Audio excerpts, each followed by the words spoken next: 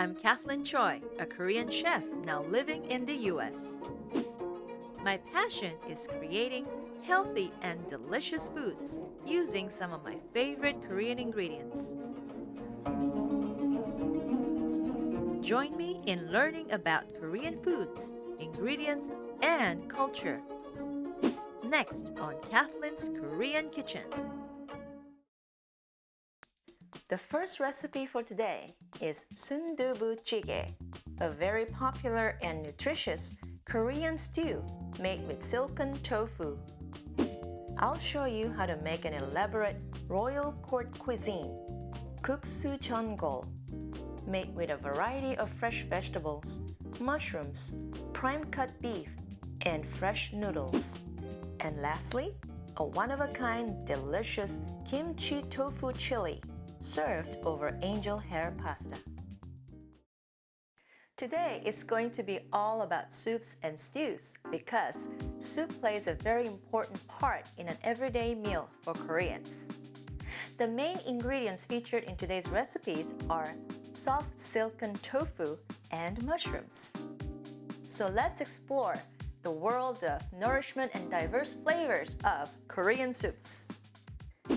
Because soup plays a very important part of an everyday meal for Koreans, today there are hundreds of different kinds of soup recipes that have been developed for centuries. Korean soups are made with meats, seafood, and vegetables, ranging from brown soybean doenjang base to clear broth preparations, and are expected to be eaten with rice and kimchi at almost every meal. In Korean culture, soup is served as part of the main course rather than at the beginning or the end of the meal, as an accompaniment to rice along with other banchan side dishes. In Korea, soups are referred to as chiggae, guk, tang, and chongol.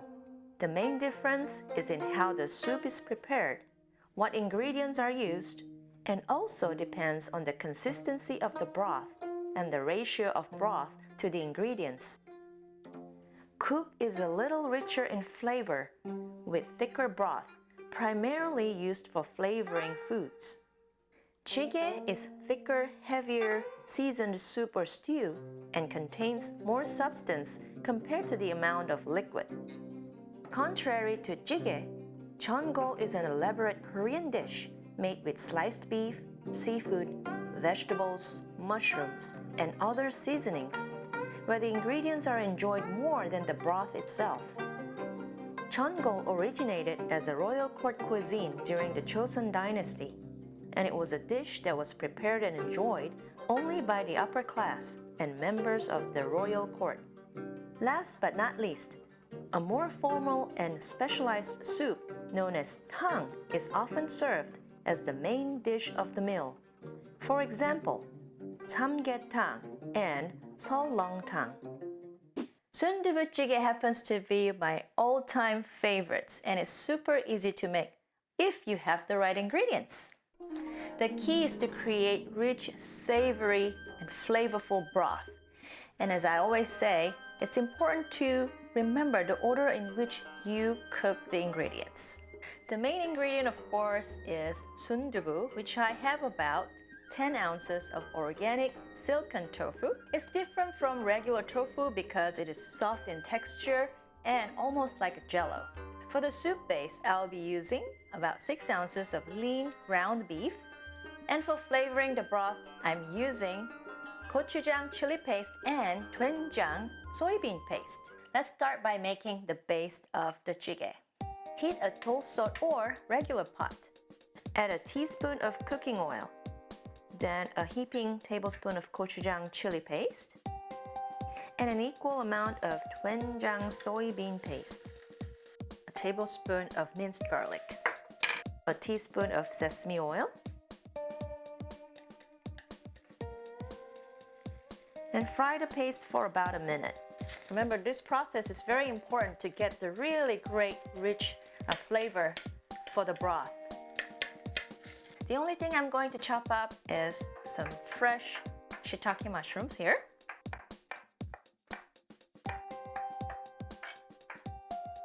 To this, I'll add the ground beef.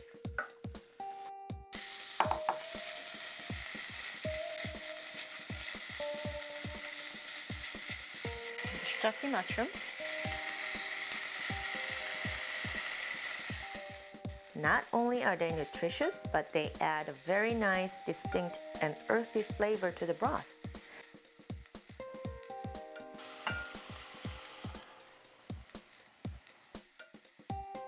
We'll bring it to a boil, and then we'll let it simmer for about 5 to 6 minutes before we add the sundubu. It's coming to a boil, and I'm going to add some fresh kimchi.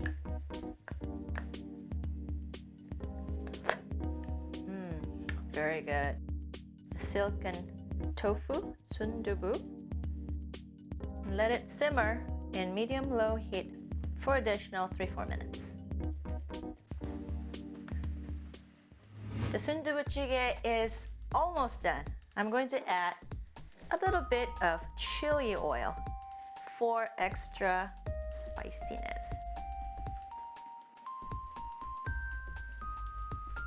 And right before turning the heat off, I usually like to sprinkle some chopped green onions. I'm going to spoon out some sundubu onto a traditional clay pot because that's the way we usually prepare our sundubu. And also it helps keep the broth warm for a while. Let's see how it tastes.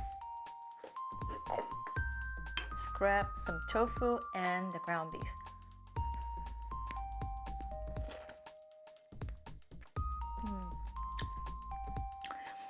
Something about the broth, and like I said, it's very important to first fry the paste before you add the beef and the mushrooms and the beef broth, and it will go really well with a bowl of steamed rice.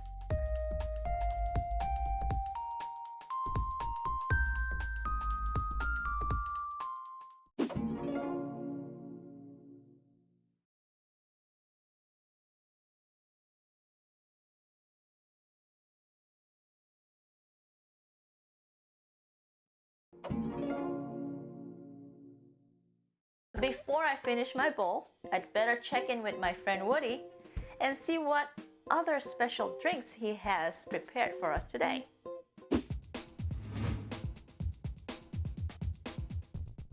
Okay, in the world of mixing drinks, we can call them drinks, we can call them desserts, and whatever stage they're at, whether they're frozen or melted, they will soon end up in us as liquids. So I'm going to call this a drink, but it's actually a granita. And I'm going to make a granita from cherries and chilies. And together, with a little bit of rice wine, we're going to make something that's very special as a dessert. So let's get started. Take a blender. I've got 2 cups of pitted cherries, and I've just taken traditional kind of cherries from season that just look like that, nothing particularly special. We do need to add, of course, the chili powder, and this is the stuff that gets me really fired up. In the world of chilies, how do you say it? Gochugaru. Okay, this is the stuff that is gonna set you on fire. And if you're trying to impress a lady, then use this, because the chili and the sweetness of this stuff, gochujang, I think it is called. Okay, which is the sweet chili paste. Okay, those 2 things, we need to add some more sugar as well. So about 2 tablespoons of sugar. And then to that, we're going to use plum wine. Now, traditionally with a granita, we would use champagne or sparkling wine. But in this case, plum wine, and then also raspberry wine. So this one's sweet, and the plum one's a little bit acidic. So usually around about a cup of wine.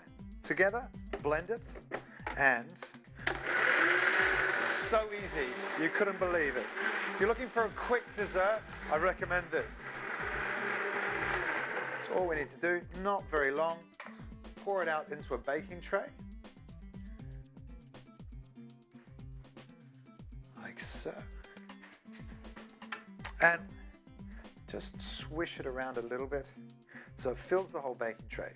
Now, sweetness and chili. Okay, straight to the freezer. Should be done in around about, give it about 3 seconds, actually no, 30 minutes to an hour, and you'll end up with something that looks like this. Okay, so everything's frozen. How do we serve it? Well, we just take a wooden spoon and you're supposed to just get stuck into it and get really jiggy with it. So you might want to there we go. So once you get underneath it, you're looking for all this stuff here. There we go. Now, break it with your hands, get all stuck in there.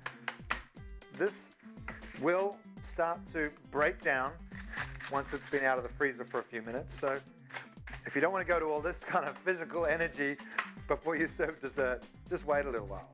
Now, once you've broken it down to these bits, this is where it starts to get fun. Okay, take a delicate glass and just pop this into the bottom of it.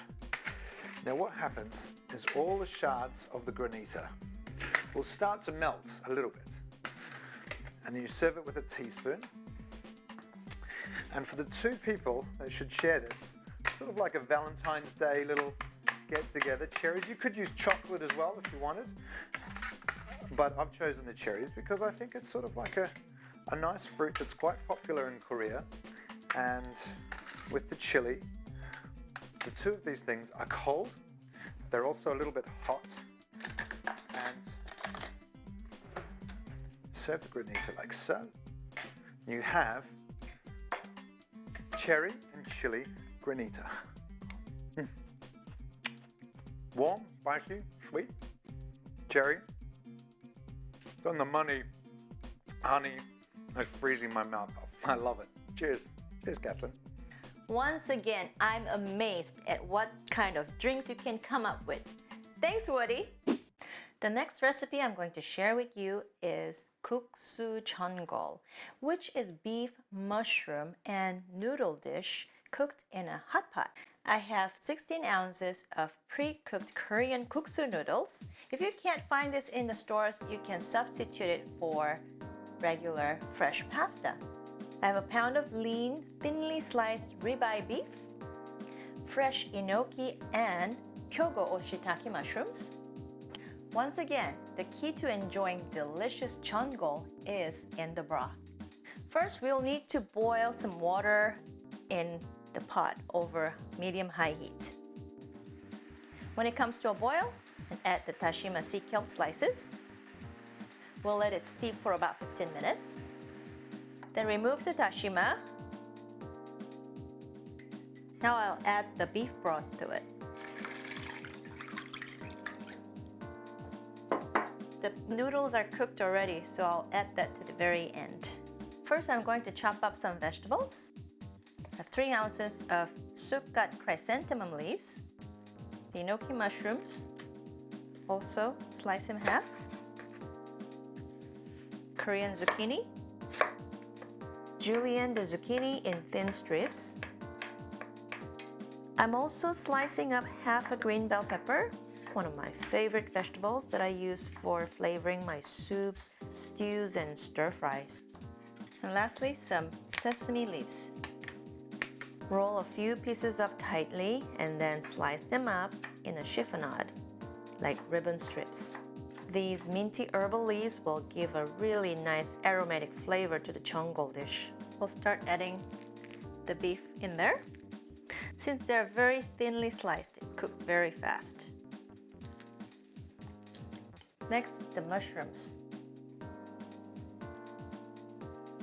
And the whole bok, zucchini, green bell pepper, the enoki mushrooms. To this, I'll add soup-cut chrysanthemum leaves. Spread the vegetables around. As in all Korean foods, you want to enjoy the individual flavors of each vegetable in the bowl, so make sure they're not overcooked. We'll let it simmer for about a minute and then add the noodles.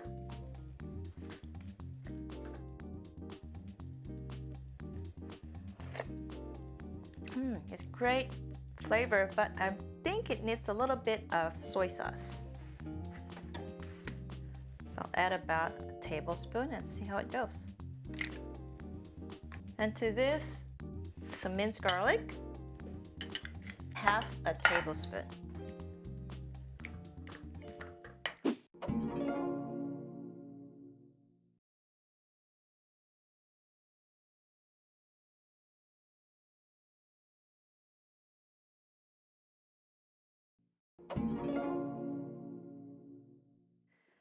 Okay, the noodles are going in. If you like a little thicker broth, you can add fresh noodles into the pot. Everything's already cooked, so I'm going to turn it off and just add this chopped up sesame leaves for added aromatic flavor and fragrance. And in a bowl, I'm going to try some of my noodle soup.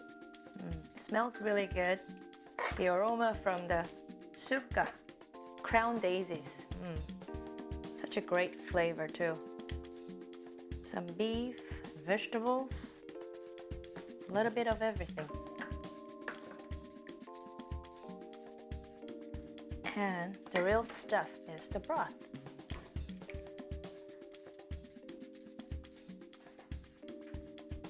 I like my soup with a little bit of heat.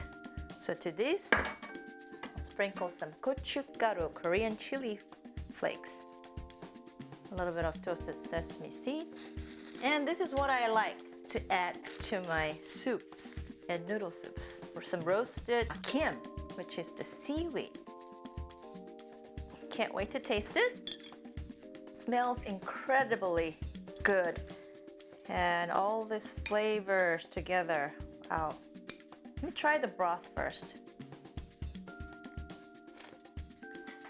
The soup has all the wonderful flavors from the Tashima sea cow, the vegetables, mushrooms, and the beef.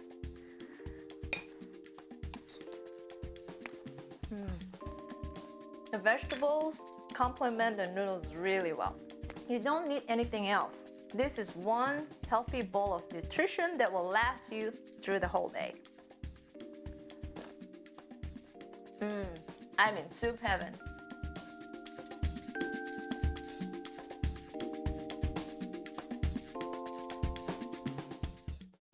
Now moving on, I'm going to create my next recipe, which is inspired from a southwestern cuisine, chili. Traditionally, chilies are made of chili peppers, garlic, onions, and spices, along with chopped or ground beef. But since I'm going to use kimchi in my chili, the kimchi also incorporates most of these spices and also has its own unique flavor. So it's going to bring the chili to a whole new level. Also, instead of using kidney or pinto beans, I'll be using sundubu, and I have some diced shiitake mushrooms, fresh parsley, and green bell pepper. We'll start off by cooking the beef in a deep skillet or wok. Add a tablespoon of cooking oil. I have a pound of very lean and freshly ground beef, which is only 4% fat. Add a dash of sea salt, a pinch of black pepper, and about 2 tablespoons of cumin powder. Stir all the ingredients well so the beef is flavored evenly. To this, we'll add the chopped up shiitake mushrooms, bell peppers, and our key ingredient for the chili, spicy and flavorful kimchi. Give the ingredients a good stir. Now add 3 cups of chopped fresh tomatoes, which is another important ingredient for chili, 2 cups of freshly blended tomato juice, and for the extra heat, a 1/4 cup of gochugaru, Korean chili flakes, about 10 ounces of soft silken tofu. Compared to the firm tofu, sundubu is super soft, almost like a custard, so it's easily digestible and really complements the chili. Lastly, I'll add in some freshly chopped parsley. We're going to let it simmer in medium-low heat for additional 15 to 20 minutes. It's got a lot of flavors in here. A little salty, spicy, savory, and full of proteins and nutrients. We'll let it simmer in low heat for about 30 minutes. The chili is done. Turn it off. And most of you, I'm sure you enjoy chili with steamed buns, hot dogs, onions, and cheese. But in my case, I love it over some really fresh angel hair pasta. That's my choice of noodles. So I have some pre-cooked angel hair pasta and scoop up some kimchi chili over it. And to this, why not sprinkle some freshly grated Parmesan cheese.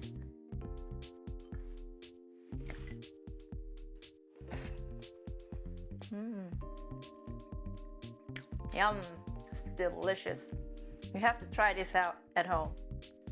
Not only does the kimchi chili go well with the noodles, but I think it's going to go well with rice, over nachos, hot dogs, and even burgers.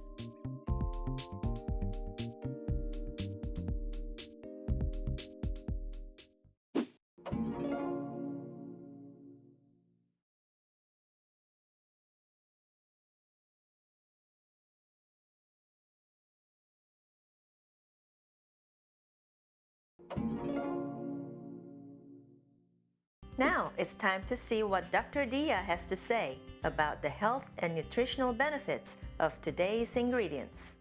Chilies are addicting, literally. Capsaicin is the component in all chilies which gives them their special heat. Now when we eat chilies, it triggers an endorphin response to help deaden the pain and inflammation caused by capsaicin. This endorphin release also gives us a natural sense of euphoria and well-being that is truly habit-forming. So kids, don't get high, unless you're chili high. That's all we have for you today. Thanks for watching, and until next time, take care everyone. And remember, life's delicious, so taste it.